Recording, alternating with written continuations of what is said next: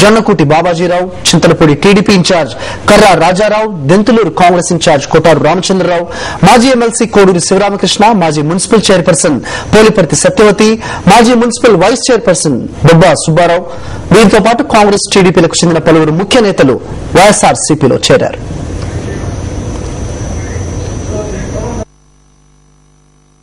వచ్చిన వాళ్ళందరికీ కూడా మరి ఇక్కడ నుండి ఇబ్బందులు రావచ్చు, దయచేసి వాటన్నిటిని కూడా ఛేదించుకొని ఈ పార్టీలో ఉండటానికి వచ్చినందుకు అభినందిస్తున్న వాళ్ళందరినీ. ఈరోజు రాష్ట్రంలో నీలం తుఫాన్ వల్ల చాలా జిల్లాల్లో చాలా ఇబ్బందులు ఎదుర్కొంటున్నారు ప్రజలు.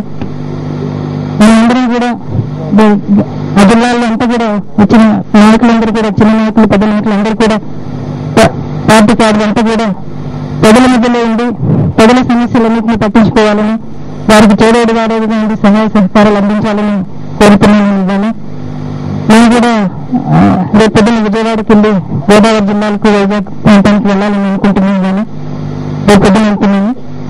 అందరూ కూడా అక్కడ ఉండాలని, మనందరం రాజశేఖర రెడ్డి గారి శివనిధి వచ్చేదానికి మనందరం కూడా ఈ మధ్యలో మన అన్ని సమస్యల్లో ప్రజలతో ఉంటూ ప్రజల పక్షంగా ఎప్పుడు వైఎస్ఆర్ కాంగ్రెస్ పార్టీ ప్రజల పక్షం.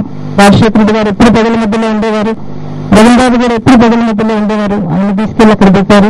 దేవుడున్నాడు, తప్పకుండా జగన్ బాబు తొందరలో వస్తాడు, మళ్ళీ ఆయన వచ్చి ప్రజల మధ్యలో ఉంటాడు. అంతవరకు మనందరం కూడా ప్రజల మధ్యలో ఉండాలని, రాజశేఖర రెడ్డి గారి సువర్ణయుగం తెచ్చుకోవడానికి మనందరం కృషి చేయాలని వచ్చిన ప్రతి ఒక్కరు కూడా మరొకసారి నేను అభినందిస్తూ చేతులకి నమస్కరిస్తూ సెలవు తీసుకుంటాను.